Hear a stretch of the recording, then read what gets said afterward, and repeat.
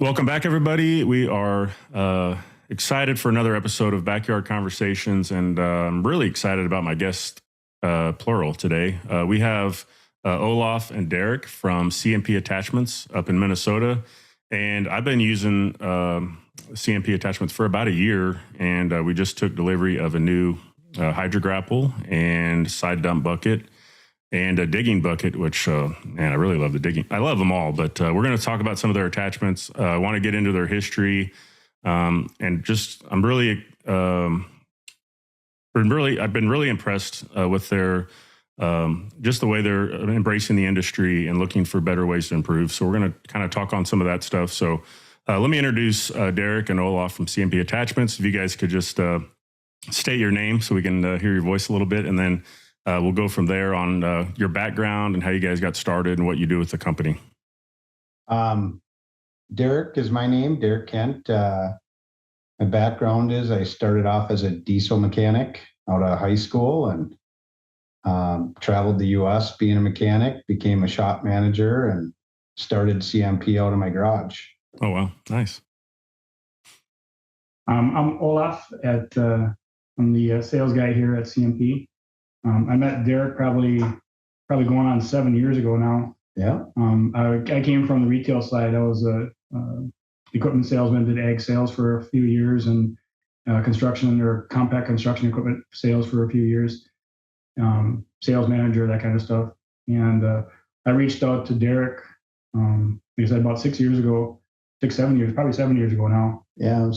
When I first started my management position at the company, and really leaned on him to, learn how to build our business in market share. And it wasn't long after I met him, like the second time I met him, I knew someday I'd be working for him, because I was pretty excited about where this company was going and wanted to be a part of it. So it's been a fun ride. That's awesome. So do you guys sell equipment too, or is it just solely attachments? Well, we do. I would say we manufacture equipment. Some of the stuff we build, I consider it equipment. When Sure. Grapple, when it has rotation, I consider that almost partially equipment, not just an attachment anymore. We build some large equipment that goes on dozers, like D6 for putting underground utilities and power in the ground. Oh, wow. I'd say that's fully equipment. It's got its own computer. Own set of joysticks that run it. Really, we just need the carrier's hydraulic system to run the valving. So, I would say that we're an attachment company / equipment company, and that's definitely where we're going to be in the future. We're very innovative. I've really just spent, honestly, the last 11 years from when I started the business till about 2 years ago, we were just a profitable R&D company. I would say we probably are number 2 in the U.S. with product development that we have. We just haven't released everything for sale. So like when you guys think of our hydro grapple and our hydro bucket, I created them. That was almost 10 years ago in my garage. Wow. So the stuff we're producing in the last 2 years, we've really got into manufacturing and really just trying to focus on producing, and I've added quite a few robots, and always looking to, do the same thing you guys are doing and figure out how we can do more with less people and be able to pay people better because of that and be able to do the work more efficient. And it's been a really fun ride the last few years. Probably it's super exciting when you get to a point where you can afford to buy the equipment and you see the return on it. Right. And that's why I'm passionate about what we do. You guys work your ass off out there. And I want to be the one helping, and Olaf does. Everyone here wants to figure out ways to make you guys make more money so that you guys can bring it home to your family and create more jobs. And I appreciate that. And it's one of the reasons when I was working with Olaf on my purchase, I just really appreciate what you guys are doing for the industry. And like, as part of, my podcast, I'm trying to introduce people to the companies that I partner with. So I've had paver manufacturers, I've had, different products, and I have more of those coming. And I just thought it would be a really good fit to have you guys on, because I feel like we're creating a partnership in a way. And then because, it's usually a business that has a product to sell, I say, hey, would you mind sponsoring, this episode of the podcast? And usually everybody says yes. And I think that's where you really realize the partnership is like, hey, let's get on and talk about your stuff. And then, so we're creating a common goal, in a way. And I appreciate you guys supporting what I'm doing as well. And so I do want to talk about the piece of equipment I don't have, and Olaf was trying to get me to buy, which was the hydro bucket. Is that that's what you call it, right? I see that I completely see the benefit of it. Explain how this works and what it accomplishes for somebody using either a mini skid steer or a full-size skid steer. Well, do you want the long version or the short? well, how many pieces of equipment do you want to talk about? So the hydro bucket, when I came up with that idea, was to solve a huge problem. And it was about billing equipment to the job and being efficient. And I came from the underground utilities where restoration was a big part of what we did. And it was always the part that was most expensive. They did awesome putting everything in the ground, and they would struggle with restoration, getting it done and being efficient and being profitable at it. And it could drag a whole job down. The problem with skid loaders and soil conditioner in a bucket is switching back and forth and the logistics. I mean, if you want to bring a soil conditioner to the job, you pretty much just created an hour and a half of not billable time by unloading and loading on and off the trailer. And then at the end of the day, not needing it for the next job and removing. Right. And that's stuff that you don't get paid for. And then, so the soil conditioner, everyone's like, well, a soil conditioner works better. It's not a soil conditioner. You can just do that job. Right. And it's very efficient at it.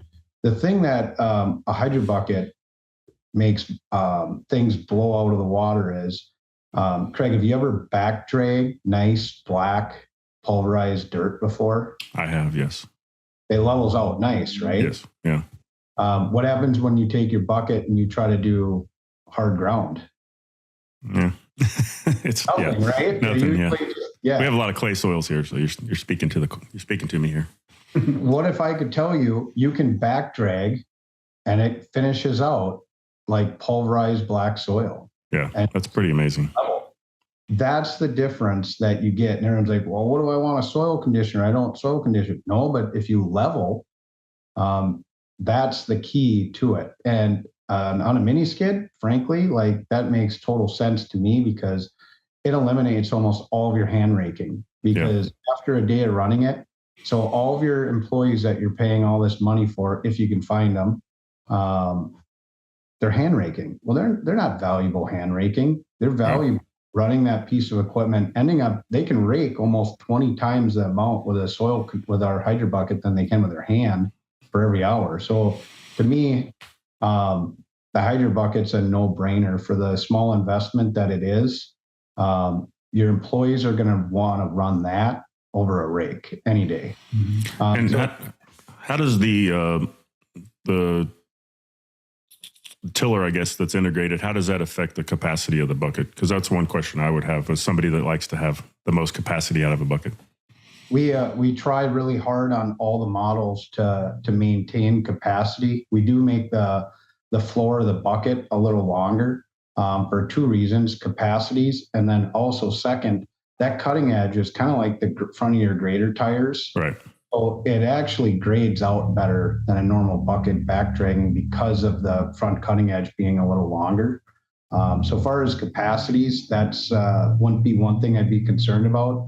Weight on the mini skid is kind of a bigger deal, but we're finding now with the size of the mini skids, that is not as much of a big deal as it was 8 years ago when the mini skids were all under 1,000. Sure. Now they 1550s, and now they're getting to be like mini loaders basically. Mm-hmm. Right.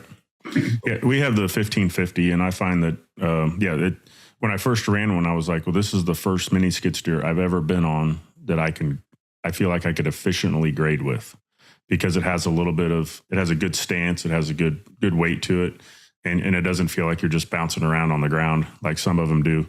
So we have a mini skid and a full size skid steer. So, and we do larger projects. So it's kind of one of those things where we're like, if I did, I guess my thing for not buying that particular attachment, I love it. I think it's a great idea.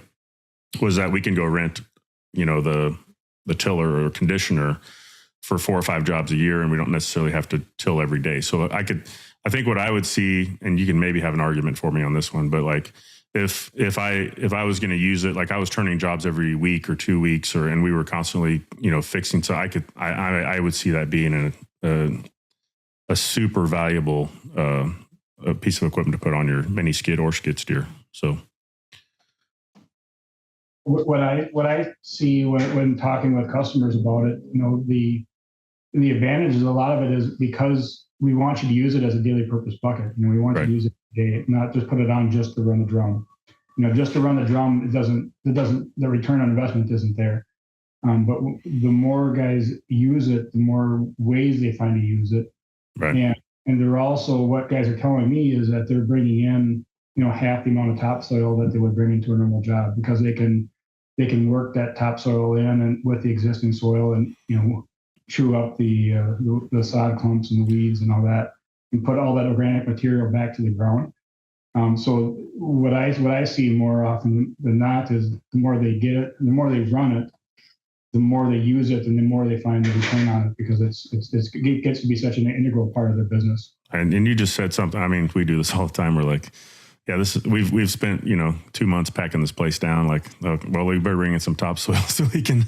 But yeah, that's a great point, actually. Yeah, I'm starting to get. I'm warming up to this thing. So, I'm a firm believer. I'm just sitting here smiling.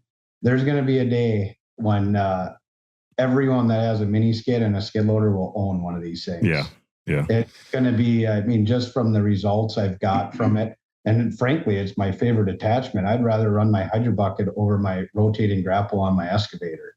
And for me, that's saying a lot. That would be saying a lot for me too. So yeah, that's a great segue. So we do have the hydro grapple, and oh my gosh, that we just went up. What's the size that I have, Olaf? I can't even remember. Non-rotate 142. Yeah, the non-rotating 142, because we have the steel wrist. So when I ordered this, that's the great thing too, is, if you have the tilt rotator on your machine, you can they can either make you the mount, or you can send them, like in our case, we have the new SQ oil system from Steel Wrist. So it's integrated hydraulics, which is, I think it's changed my life, because we can hook on automatically and the attachment's ready to go. No hoses or anything like that. So I was able to send my mount to CMP, and they just hooked it all up and hooked it up to the non-rotate version. Can you talk about, like, because before I had was it the 82 on the 60? 82 is what the 82, yeah. Yep. Right. So can you talk about kind of like, you just rolled one out on your Instagram that, I don't know, it looked like it was going on I don't know. It looked really big on like your tire or whatever. The 502. Okay. So you have some, I mean, I've seen them for a 2-ton machine all the way up to, what size machine is that going on? That went on an 80,000 pound machine. That one's going to the railroad. Oh, wow. So kind of explain, like, I don't know, and maybe briefly, if you can, like the differences between the different levels, and like, and how the capacity can change just with the way you guys design those for different applications. Well, when I first started manufacturing grapples, we had 3 models, and the work is getting more complex, and they're getting used for more and more things. So honestly, like in every class excavator, a lot of times we'll have 2 options, and every once in a while we'll even have 3 in that class. Right. There's zero tail, there's conventional in the 50-60 class, which there is a difference between the two. That conventional will lift a lot more, and so therefore can handle a larger grapple. Unfortunately for the engineering, we've had to build a lot of different grapples. Yeah. But I feel like that the reason why we did it is because we needed to service our customer to the max and make them the most efficient So a lot of times when you do pick a grapple, it does get complex. We ask what kind of work you're doing because, like the 8.2 is a great grapple. That's a fast cycle time. If you're moving a lot of small material and you don't need to lift big things, and you're caring about time and 50-60% of your work is that small work, you probably should be going with the 8.2 versus the 1.42 because it's 30% faster on the clamp down for clamping, but you lose 30% on the clamping force. Right. So I've ran all of the different grapples, and the 8.2 is, so it's like we're getting all these different grapples, and all we're trying to really do with all the models is just make everybody more efficient. Right. So I had the 8.2 on a 60, and it paired really well with that machine, and it was conventional 60. And so when I was going up to an 80, I asked the question, can I put this on, can I put the 8.2 on the 80? And Olaf encouraged me to go with a bigger one, and I think it was a good move. When we got the 1.42, I was like, holy cow, this thing it's like night and day size. But the capability and the capacity and just the things that we can do with it, it's really impressive. So we've really enjoyed it. We just built a limestone wall with it, and I was picking up, 2 boulders at a time. And it really pairs well with my machine as far as stability and just having the right, it just, and we can pick up smaller things with it. And had the strength on it is, I just took two big rocks and swung them over a pool, and maybe a little nervous, but like it was that, I think what I was thinking in my mind was like, I'm more worried about the position I put the grapple on the rock than if the grapple will actually, hold on to it as I swing over. We had no problems at all, but yeah. So I've been really impressed with both sizes. And you guys do custom paint jobs I've seen for some people, so that's really cool. And kind of talk about some of the partnerships you guys have created, with some of the bigger names around the industry. Well, Olaf is definitely the one that has helped with that. I just really, for you too, I just like to help people out that are educating others, the young guys getting into this market. That's how I learned everything, is the generation that knew more helped me through being a mechanic and everything. Exactly. And I think there's a lack of that in today's society of, there's a lot of social media out there and a lot of it's junk. They got a guy that gets out of his truck and he's got his house in the background and how rich he is and a beautiful wife and this perfect life. And like I told Olaf, I just really like it when, there's quite a few of you guys out there that are telling the truth and, showing these young guys what it's like to be successful, and you're not sugarcoating it, and you're educating them the right way. Everybody always sees all the nice stuff and the fancy stuff, and they say they want that, but they have no really education on how to get there. Right. So we're trying to pair ourselves with people that are helping build up their own community and their own people that are, sometimes it's your competition even. Yeah. The truth is, you want everybody out there to do a good job because it makes your job easier to sell. If somebody builds a bad paver in your area, it makes it harder for you, Craig, to sell one in that area because the road gets around. Yeah. So we're all an industry and we're all a team here, and we're all trying to make a living and raise a family. And so for me, I just love like what you guys got going here, and Olaf does too. I can't speak for him, but when we get opportunity to help guys like you out, I'm like all for these things, and I think you guys are doing a great job. So on that, I was thinking about like one of the things where you're talking about like partnering with people that are showing the real stuff and all that. Is like I got the side dump bucket, right, and we love the idea. I think the reason I got it and why I was intrigued by it was we do a lot of things where we have to, like we do pools. So we're having to backfill pools, or we need to backfill a retaining wall, or we need to backfill or do the bond beam around the pool. We used it for that recently. Oh my gosh, it was the cleanest, the least amount of waste. It worked flawlessly. But one of the things that we noticed when we got it, and even some, we posted some stuff on our stories, and people were like, "What is this? Where did you get it?" It was like we found some secret, thing out there that nobody knew about. And so one of my concerns when I first saw it was like, "Oh, this is a little smaller than I thought it would be." And even had some people comment, "Man, that looks really small. How's the capacity?" And we filled 2 Brentwood wheelbarrows full with it. Okay, so that's still pretty good. Those are pretty good sized wheelbarrows. So they're, or maybe it was 1 full one. I think it was maybe a little extra. I can't remember exactly. We did a video on it. Anyway, so I have, like I said earlier, I have the 1550. So I was like, man, I wish, should I have ordered the skid steer bucket? Like, because it'll handle a lot more than like a TX1000 or a 750 or, the small, like we were talking about earlier.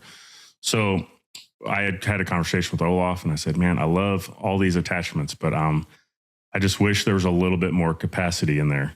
And like, I literally 30 minutes later, he calls me back and says, what would you be looking for capacity if we could make this a little bit bigger?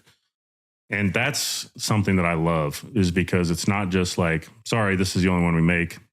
Sorry, you can't use the full skid steer one on your mini skid steer. And that's the end of it. It was like, how do we get better? So can we talk about that a little bit?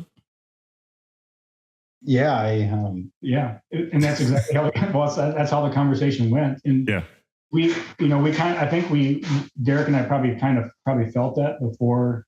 When we first came out with it, was that it may be too small for some of these other ones, for the big ones, but we didn't know. And so it is a great fit for like a 900 or a 650, that size machine. It's probably just right. We didn't think it was going to take off as much as it has. Yeah, right. Yeah. So, well, if anybody's doing bond beams, you should buy it just for that. But I could see potentially that here. It probably needs, with mini skids, it's complicated. Like a skid loader is a little bit more well-rounded on the weight lift capacities. Mini skids have such a wide range. I think when we redo the mini, like that side dump bucket, I didn't know if it was going to take off or if we we're going to sell a few. Seems like it's not going away. It's been a hot item that we came out with. I foresee, Craig, that ending up with 3 different models of capacities. And yours would be the middle, because they keep getting bigger and bigger. Yeah. And I agree with you. That one. I know Toro has like a 2000, Ditch Witch has a 3000, which I think the 3000 almost takes full size. Yeah. Yep. So yeah, it's an interesting problem for you, right? Because it would be easier just to say, oh, we have a mini skid steer one and a skid steer one, and then just sell them. But what I like, and I think the point is that's not good enough for you if it's not good enough for us, So we totally appreciate that. So it's not good enough even when it is good enough for you. It's true. Yeah, we're always looking to make everything better. I don't think we have one product that, in my eyes, cannot be better right now. And it's such an evolution here too. I mean, just in the short time that I've been here, going on 3 years, we've come out with 4 new grapples, probably 5 or 6 new grapples.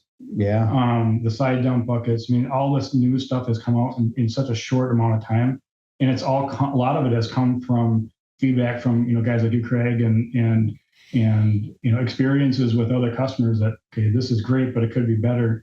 And so it's, we're not such a big ship that we can't make changes on the fly. And that's what's really fun about us at CMP, is that we're open-minded and we have the ability to make the changes. We have the ability to be progressive and really focus on what the customer needs at the end to help make them more productive, make them more profitable.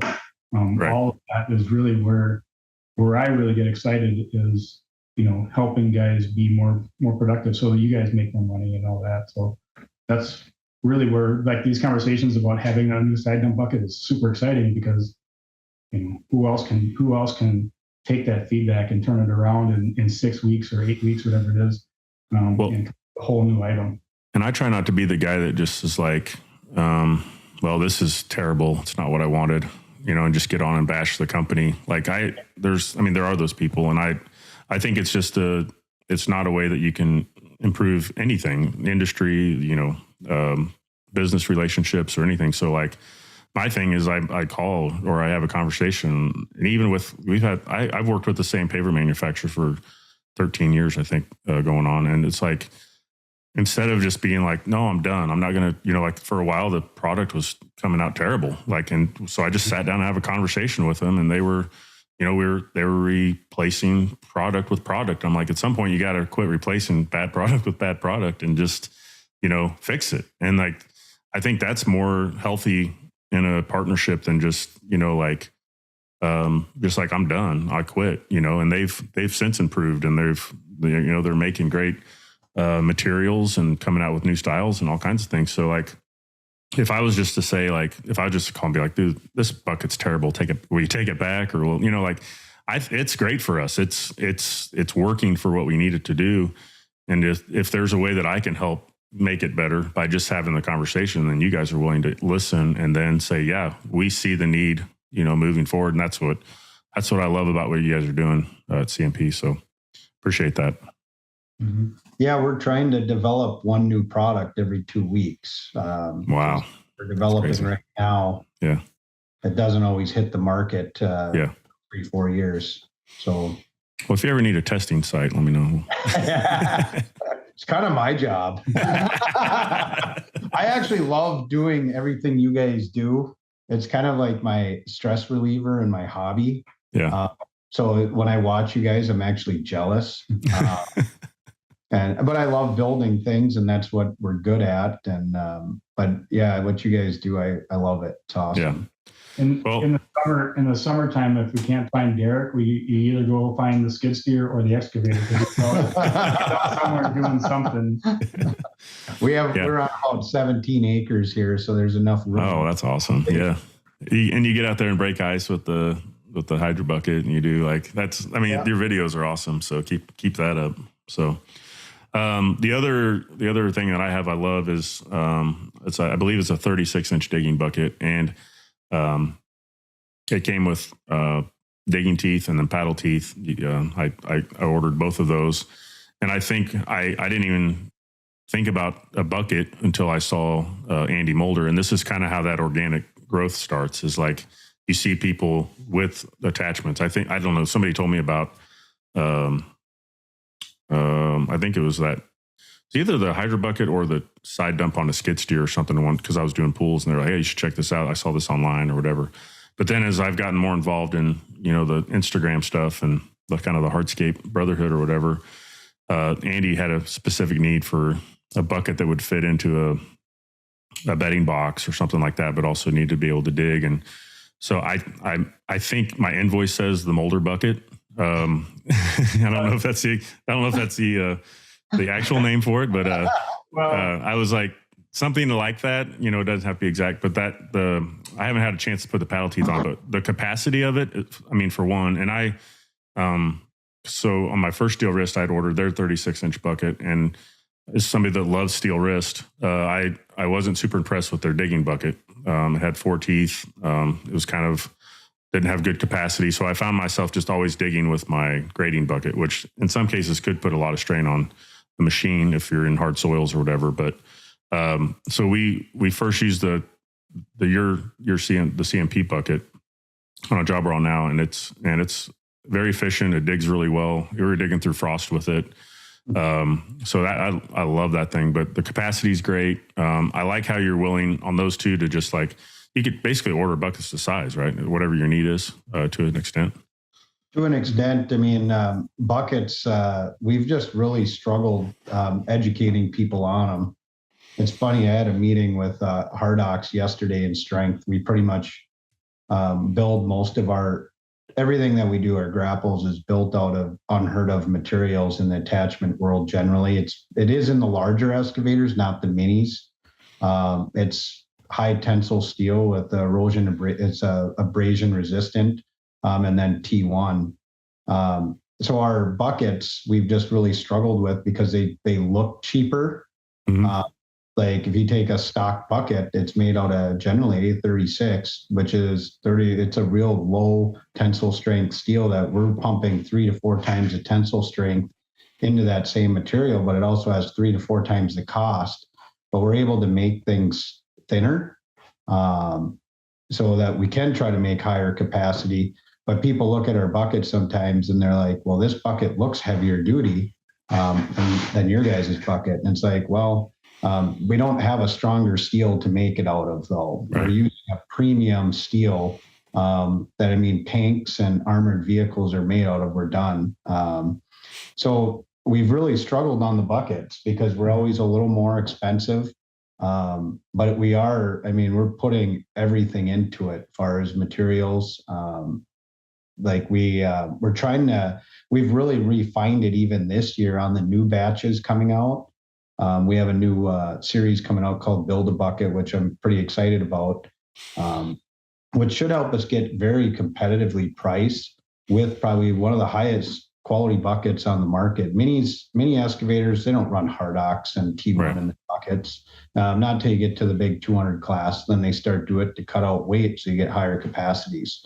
We're doing it in the mini buckets right now. Yeah. So, and that's always been, as in sales, that's always hard to convey. You can say how much better it is, high quality steel, all that. You can say all the right words, but when we're 20-30% higher, it's. But they're getting a value because the steel is 3 times the price of regular grade 50. Yeah. Well, and I think I posted a video on YouTube or something, and a guy was like, "Man, that machine is handling that 36-inch bucket really well." And I was heaping it. So like I'm noticing more capacity, almost even than my grading bucket, which I get a lot in, just because of the depth of it and the way it's designed and style. It takes on a lot. And then you can still, have some heaped on it a little bit. But like, I'm anxious to, I've always dug our pools with the grading bucket just because it had more capacity because the machine could handle it. But I'm anxious to maybe put the paddle teeth on and just dig, because I like the smoothness, and that I think with the paddle teeth you can get that smooth dig out of it. So we have a 2D on our setup. So I had him put that bucket in, and I'm really anxious to start, using it and see how that responds with that. So how have you guys seen, when I first heard of you, I think, like I said, somebody introduced me to you off something they saw online or something. Have you seen a bigger growth recently with just like some of the, like I'm noticing you guys are everywhere on social media, like the stuff you're posting, stuff that others are posting, people are buying these things. Are you seeing more growth, or is that just something that's happened and it's stayed consistent with your growth over the years? Yeah. I honestly, I quit my job 7 years ago to focus on CMP. I've ran CMP for 12 years. I used to have guys come to my shop working while I went to work. And they'd weld. And have we seen major growth every year? Yes. As far as the social media, we have pumped a lot of product out, and we continue to pump product out. So yeah, and I think one of the things I love about it is once somebody starts buying our product, they become extremely loyal to us. Right. Guys never stop. So the guys that we dealt with 5-6 years ago, they're coming back, and it's fun to see them. I got guys that got up to 8 grapples right now. They just duplicate. Right. And every year they're like, yep, we're going to get a new grapple and we're going to rotate this one out. But the first one that we ever built just came back today, and they're still using it. It's on its 3rd machine. I'm like, give it up. Just give it up, please. But yeah, we need some recurring revenue. yeah. So I have not heard of a grapple out of commission yet. And that one's been on his 3rd Bobcat. Now it's on an E88, a newer E88. And it's like, so yeah, you are going to see us grow. I have huge ambitions where, our goal here this year is take this company 30% employee owned. We have ambitions to be the largest attachment company in the United States of America. So we got a lot of work to do, and you're going to see us around a lot. Yeah. I'm looking forward to it. So you have so we've been talking about, excavator. I have excavator and a mini skid steer. So let's talk about some of your attachments that you have for other machines, other like maybe a full size skid, or are you doing equipment for other types of equipment? You're talking about dozers and things like that. Can you kind of share some of the other offerings that you offer in case we have some big time excavator listening in? Yeah, I mean, pretty much on an excavator, we do pretty much everything. We do a lot of, I would say right now, excavators is probably 70% of it. Skid loaders, we do skid loaders. It's very niche things, soil conditioners, hydro buckets, the side dump bucket, disc, more of the odd things. And really them are kind of what we're good at. And there's a lot of great little skid loader attachment companies throughout the US. And we've talked about it. Can we do it all? Yes. But I feel like you guys got them implements everywhere. It's like, let's do something different to help people. Let's not just do the same thing over and over like every other attachment company. And let's build this, let's build that, let's build this, let's build forks, let's build buckets. Let's try to focus on innovation. So we do it with dozers. We build stuff we build wheel loaders. You name it, we pretty much got it. I would say we're number 2 total on products that are available to manufacture. There's only one other company that has more products than we have that I know of. But not all of them are on our website for sale. So that's some of the problem too. We haven't been trying to sell too much because we're trying to pace our growth. Right. So that we can take care of all of you guys and take care of the customers. Yeah, I had someone I was showing off the side dump bucket. I had a few people. I think that might be one that's not on your website. Is for the mini skid. Though they didn't see it on there, so I said, "Hey, just call them. They got it. I just got one delivered." So I'll help you grow one way or another. So, I don't have a huge following, but I got blown up that day. I was like, "Holy cow! Look at that!" So that was pretty cool. And I think that's that whole word of mouth and the social media thing has kind of taken off in the last probably 2 years or so. But before that, the growth was all referrals. No, we don't do anything. No advertising. It was all referrals and repeat customers. So you've seen it, like kind of backing up a little bit, but the social media stuff has been more so probably in the last couple of 2-3 months. But the guys that are like you and Mulder and those guys, they're promoting us just because they see the value of what we're providing, and so that kind of organic growth is what's helping us grow so fast. It's referrals and word of mouth is the best growth. I think even for you guys, it makes us all better. If we're doing a terrible job at something, that product, that's why I'm nervous about advertising any new products or anything, because it's not fair. It's not fair to the consumer and the buyer.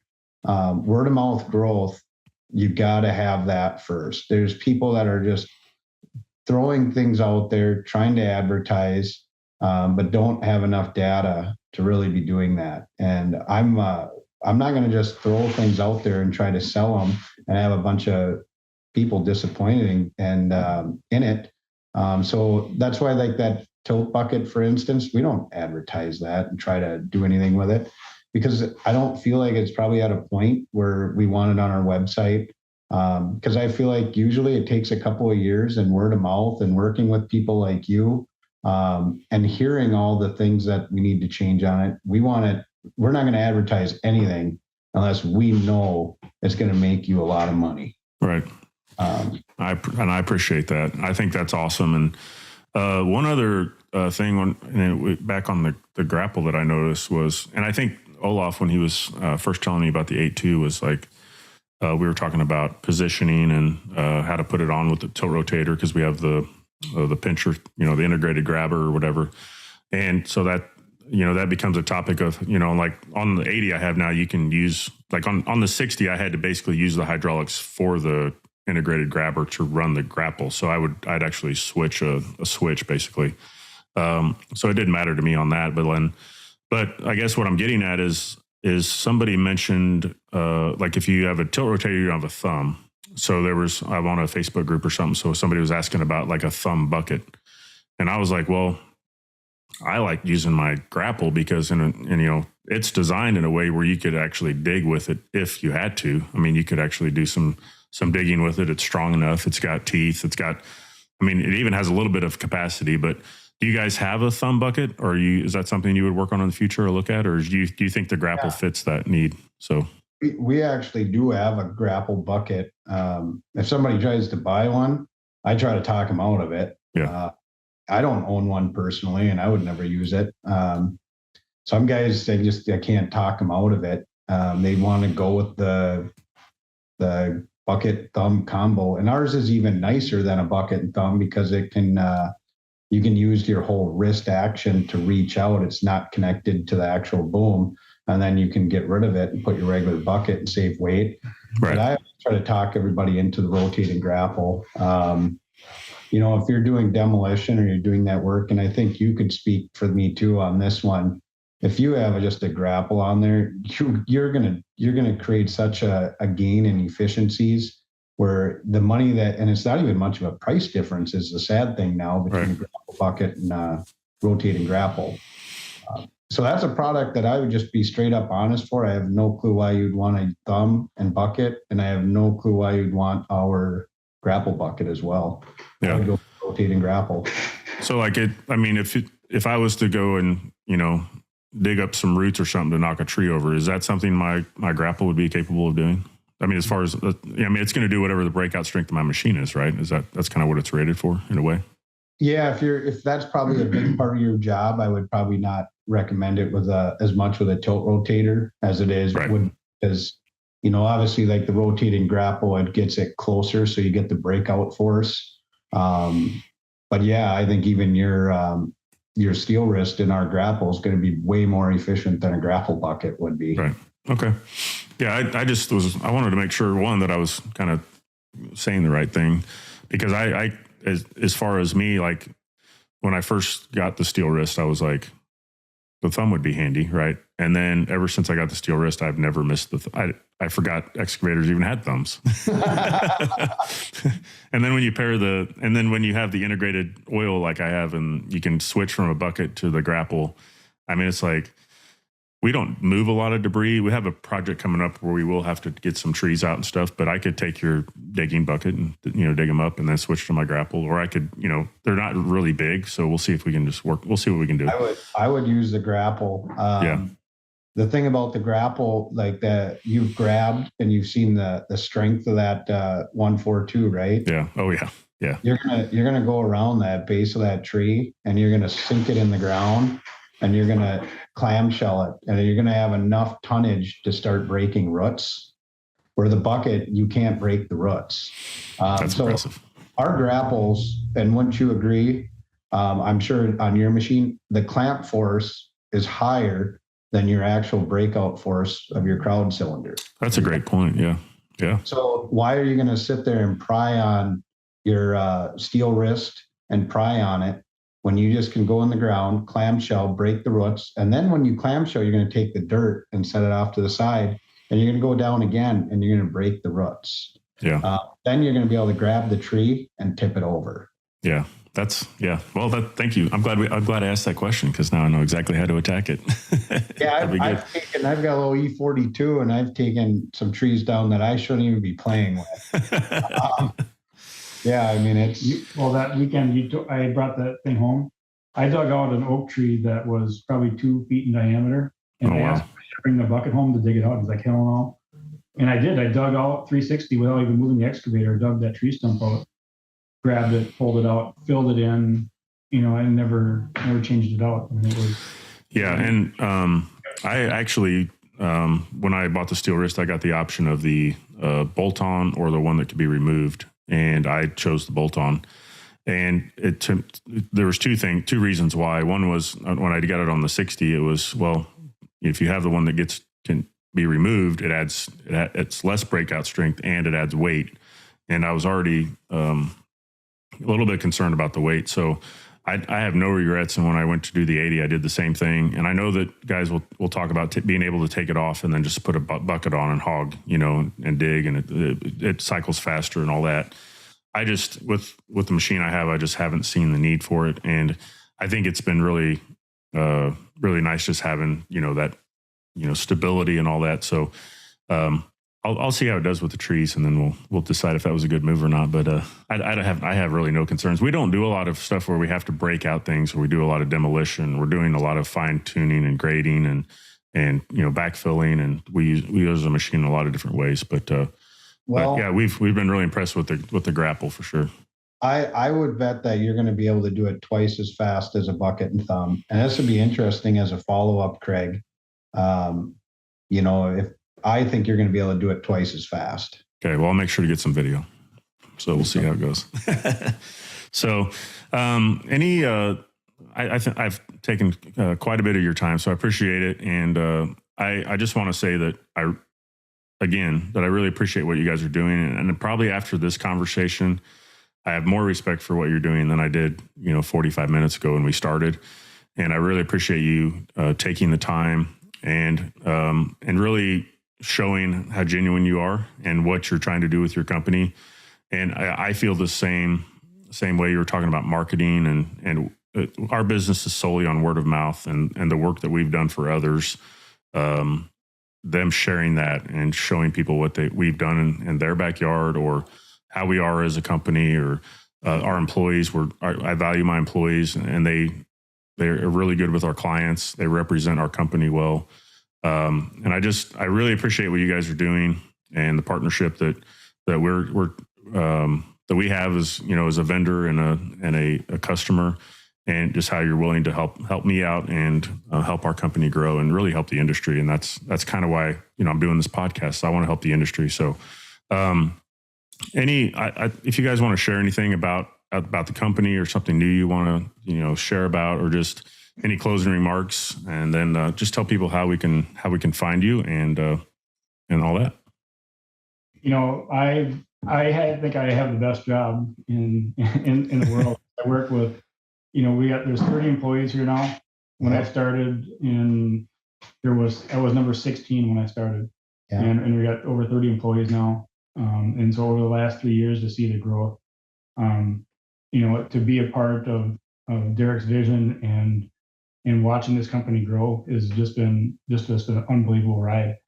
And what I really enjoy about what we do here is that, what we do is help customers make money, and it's, we're not just selling like a cheap bucket or a cheap attachment. We are providing things for customers that help make them money and make them successful and profitable.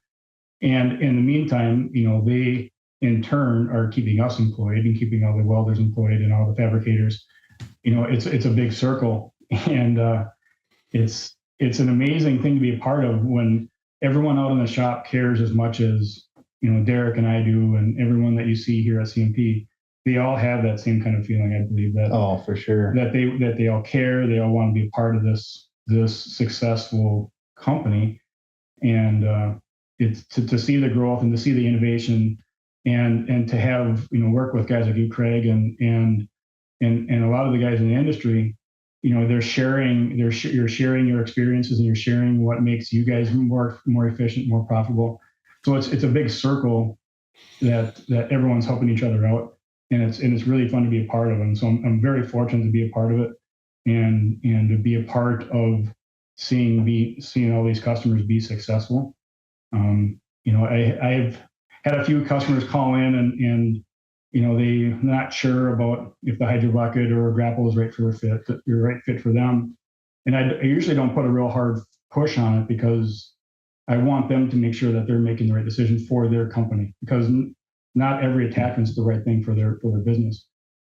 So for me, it's really making sure that what we can provide really will make a difference in their business. So that's great.